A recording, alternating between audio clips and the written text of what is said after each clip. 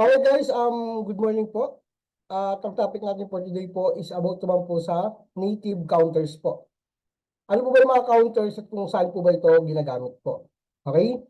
Babasahin ko po muna guys yung mga counters at sasabihin ko rin po kung para saan din po ito ginagamit. Okay? Una po is yung ge or ke for things and object. Guon for books. Byong for battles. Salam or myong for person. Jan for glasses.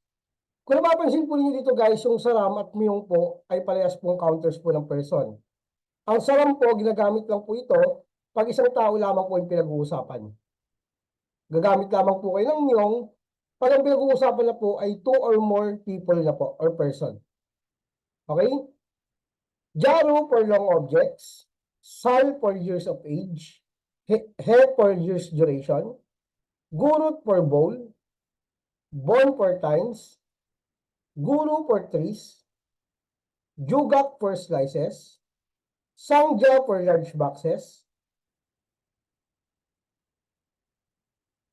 dabal for bunches of flower, she for o'clock, che for building, bongji for bugs, cup for small boxes, tong for letters, telegrams, emails, and phone calls, sungi for flowers, de for machine, here for pairs, mari for animals, shigan for time duration, dal for month duration, jang for plot objects. Ito po guys yung mga counters po na gagamitin po natin sa paggawa po ng isang sentence.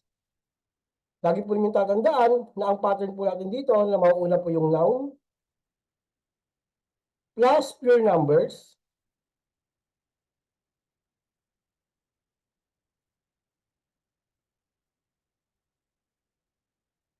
plus counter.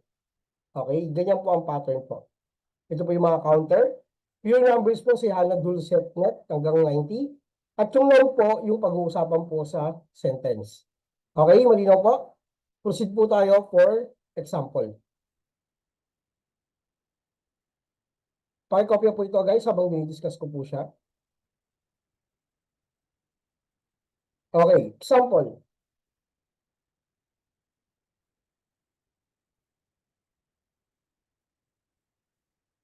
Example po for 5 scissors. Ang scissors po in Korean po guys is kawi. Kaya ang 5 scissors po, translate po into Korean, kawi, dasot, get. Kawi, ito po yung noun po natin. Dasot is number 5 po in pure Korean numbers. At ge is counters po ng things or object. Nakukuha po, Miss Ivy, tsaka Miss Hazel. Apa. Kung paano po yung, ano po niya, yung pattern po niya. Namuna po yung noun, then pure Korean numbers po, at yung counters. Next, 7 notebooks. Ang notebooks po in Korean is gongcheck. Kaya ang 7 notebooks, translate po into Korean, gongcheck, ilgup, gwon. Gongcheck, ito po yung noun po natin, ang ibig sabihin po ay notebooks. Ilgup is number 7 po in pure Korean numbers. At gwon is counters po ng books. Another example po guys, ang 4 books. Ang books in Korean po ay check. Kaya ang 4 books po, translate po into Korean, check, nge, gwon. Check, ito po yung noun po natin, ang ibig sabihin po ay books. Nge, ito po yung number 4 po in Korean numbers, in pure Korean numbers. At gwon is ito po yung counters po ng books po. Another example po guys, 6 bottles of soju. Ang soju po in Korean po ay soju din naman. Kaya ang 6 bottles of soju, translate po into Korean, soju, yosot, byong. Soju, ito po yung noun po natin. Ang ibig sabihin po ito po yung soju. Yosot, ito naman po yung number 6 po in pure Korean numbers. At Byong is counters po ng battle. Another example po guys, ang 8 photographer. Ang photographer po guys, isa po itong occupation or trabaho. Kaya ang photographer po in Korean, Sajin Sa. Pag sinabing photo lang, yung literal na photo, Sajin lang po yun. Since na ito po ang occupation, kaya naging Sajin Sa po siya. Okay? Kaya ang 8 photographer po, translate po into Korean, Sajin Sa, Yodul Myong. Sajin Sa, ito po yung noun po natin ang ibig sabihin po ay photographer. Yodul, ito naman po yung number 8 in pure Korean numbers. At Myong ang ginamit natin dito kasi 8 person po ang pinag-uusapan. Pero kung 1 person lamang po ang pinag-uusapan, saram ang gagamitin po natin. Malinaw po? Another example po guys, 2 glasses of wine. Okay, ang wine po guys, literal na po ito na grape wine. Ang grape wine po into Korean ay poduju. Kaya ang 2 glasses of wine or 2 glasses of grape wine in Korean po is poduju du jan. Poduju, ito po yung noun po natin, ang ibig sabihin po ay grape wine. Du is number 2 in pure Korean numbers. At jan, ito po yung counters po ng glasses. Another example po guys, 5 cups of beer. Ang beer po in Korean ay mekju. Kaya ang 5 cups of beer in translate po into Korean, mekju, dasot, jan. Mekju, ito po yung noun po natin, ang ibig sabihin po ay beer. Dasot is number 5 po in pure Korean numbers. At jan is counters po ng glasses. Okay, malinaw po ba guys yung first slide po ng example po natin? Nasusundan naman po. Opo.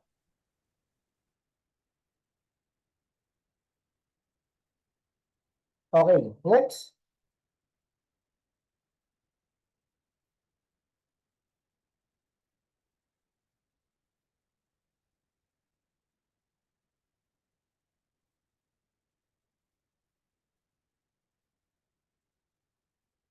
Okay, 3 rulers. Ang rulers po in Korean po guys is Jo. Kaya ang 3 rulers po translate po into Korean, Jose, Jaru. Jo, ito po yung noun po natin, ang ibig sabihin po ay ruler. Se, ito po yung number 3 in pure Korean numbers. Jaru is counters po ng mga long object. Another example po, ang 4 years. Ang 4 years po translate po into Korean ay nehe. Ne is number 4 po in pure Korean numbers at he is counters po ng years duration. Another example po, ang 6 bowls or 6 bowl of ramen. Ang ramen po in Korean po is ramyeon or ramyeon. Kaya ang 6 bowls of ramen translate po into Korean, ramyeon, yosot, gurot. Ramyeon, ito po yung noun po natin lang, ibig sabihin po is ramen. Yosot is number 6 po in pure Korean numbers. At gurot or kurot, ito po yung counters po ng bowl. Another example po guys, ang 3 times. 3 times po, translate po into Korean ay 7. Set is number 3 po in pure Korean numbers at bon po is counters po ng time. Times. Another example po, 9 slices of cake or pizza. Ang cake po in Korean is keku. Ang pizza naman po in Korean ay pizza. But ang ginamit po natin dito sa sentence po guys ay pizza. Kaya ang 9 slices of pizza, translate po into Korean, pizza, ahop, jugak. Pizza, ito po yung noun po natin, ang ibig sabihin po ay pizza. Ahop is number 9 po in pure Korean numbers. Jugak is counters po ng slices. Okay, next. 13 boxes of oranges or orange. Ang orange po in Korean po guys is orangey. Kaya ang 13 boxes of orangey, translate po into Korean, orangey, yolse, sangja. Orangey, ito po yung noun po natin, ang ibig sabihin po ay orange. Yolse is number 13 in pure Korean numbers. Bakit siya naging 13? Yol is 10 at Se is 3. Sangja is counters po ng large boxes. Okay, another example. 7 bouquet of roses. 7 bouquet of roses, ang roses po in Korean po is Jangmi. Kaya ang 7 bouquet of roses po, translate po ito Korean, Jangmi, Ilgot, Dabal. Okay? Jangmi, ito po yung noun po natin lang ibig sabihin po ay roses.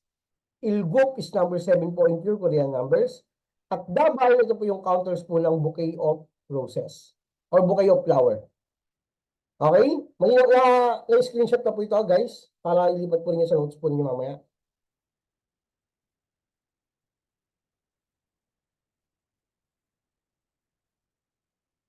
Okay, screenshot po.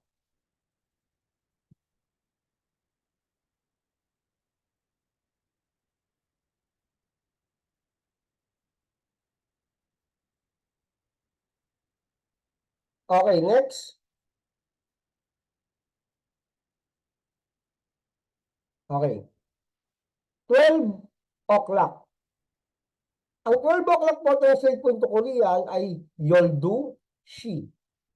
Yoldu, ito po yung number 12 po in pure Korean numbers at Shi is counters po ng clock. 2 department stores, translate po into Korean. Ang department store po in Korean po ay Baekwaljum. Kaya ang 2 department store translate po into Korean, Baekwaljum, Do, Che. Baekwaljum, ito po yung noun po natin ang ibig sabihin po niyan ay department store. Do is number 2 po in pure Korean numbers at Che is counters po ng building. Another example po, 5 bags. Ang bags po in Korean po guys ay kabang or gabang. Kaya ang 5 bags po translate po into Korean, kabang, dasot, bungji. Okay? Ang kabang po guys, ito po yung noun po natin ang ibig sabihin po ng kabang po is bag. Dasot is number 5 po in pure Korean numbers. At bungji is counter po ng bag. Another example po, 4 boxes of color pastel. Ang color pastel po guys in Korean is korepasu. Kaya ang 4 boxes of color pastel po, translate po into Korean, korepasu, ne cup. Korepasu, ito po yung noun po natin, ang ibig sabihin po niyan ay color pastel. Ne is number 4 po in pure Korean numbers. At cup is counters po ng mga small boxes. Okay? Another example po guys, 10 love letters. Ang love letters po guys in Korean ay Yonghae, Pyongji. Kaya ang 10 love letters po translate po into Korean, Yonghae, Pyongji, Yol, Tong. Yonghae, Pyongji, ito po yung noun po natin ang ibig sabihin po niyan guys is love letter. Yol is number 10 po in pure Korean numbers at Tong is counters po ng telegrams, phone calls, emails, or love letters. Another example po guys, ang 6 pieces of tulips. Ang tulips po guys in Korean ay tuulrip. Kaya ang 6 pieces of tulips po, translate po into Korean, tuulrip. Yosot, sungi. Ang tuulrip po guys, ito po yung noun po natin ang ibig sabihin po niyan ay tulips. Yosot is number 6 po in pure Korean numbers. At sungi is counters po ng flower.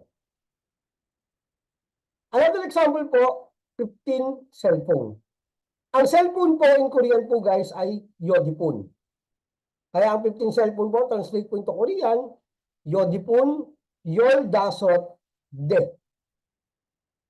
Ang yodipun, ito po yung counters, ang noun po natin, ang ibig sabihin po yan ay cellphone. Yol dasot po is number 15 po in pure Korean numbers. At de is counters po ng machine. Paano naging 15 po yung yol dasot? Kasi ang number 10 po is yol. At ang 5 po is dasot. Kaya yol dasot po ang 15. Okay? Next example po.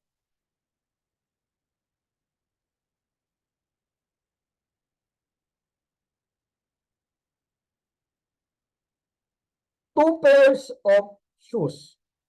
Ang shoes po in Korean po guys ay gudu. Kaya ang 2 pairs of shoes po translate po into Korean, gududu, kierre. Gudu, ito po yung noun po natin lang ibig sabihin po niya ay shoes. Do is number 2 po in pure Korean numbers. At kierre is counters po ng pair. Another example po, ang 8 dogs. Ang dogs po in Korean po guys is ke or ge. Kaya 8 dogs po translate po into Korean, ke or ge, yodul, mari. Ge or ke, ito po yung noun po natin lang ibig sabihin po ay dogs. Yodul, ito po yung number 8 po in pure Korean numbers. At mari, ito po yung counter po ng animal. Okay, another example po, 8 hour. 8 hours po translate po into Korean ay yodul shigan. Yodul po is number 8 po in pure Korean numbers. Shigan is counters po ng o'clock. Okay? Or ng hour. 11 drawing sheets. Ang drawing sheets po in Korean po guys ay duwangji. Okay? Duwangji. Kaya ang 11 drawing sheets po translate po into Korean, duwangji, yonhan, jang.